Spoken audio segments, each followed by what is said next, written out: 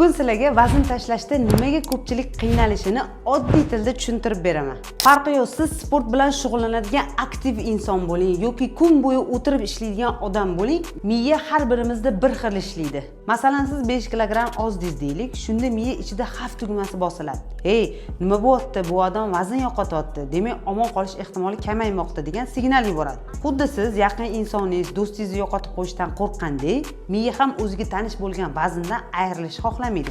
Shuning uchun miya yashirin harakat boshlaydi. Sizga ko'proq ochlik hissini beradi. Ya'ni ovqatlanganingizdan keyin 1 soat o'tar o'tmasdan ochlik seziladi. Metabolizmni sekinlashtiradi. Oldin 1 piyola guruchdan 200 kaloriyani yo'qotgan bo'lsangiz, endi 180 kaloriyani yo'qotadi.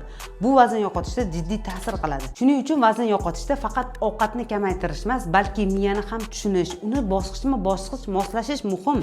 Asta-sekinlik bilan qilingan harakatlar, to'g'ri ovqatlanish, psixologik tayyorgarlik, mana shular sizlarni haqiqiy natijaga olib chiqadi. Endi esa uni qanday yorib o'tishni o'rganish vaqti keldi. Men Umid Usmonova, jismoniy terapevt, tanani va miyani vazn tashlashga tayyorlash bo'yicha 15-may kuni boshlanadigan onlayn kursimga taklif qilaman.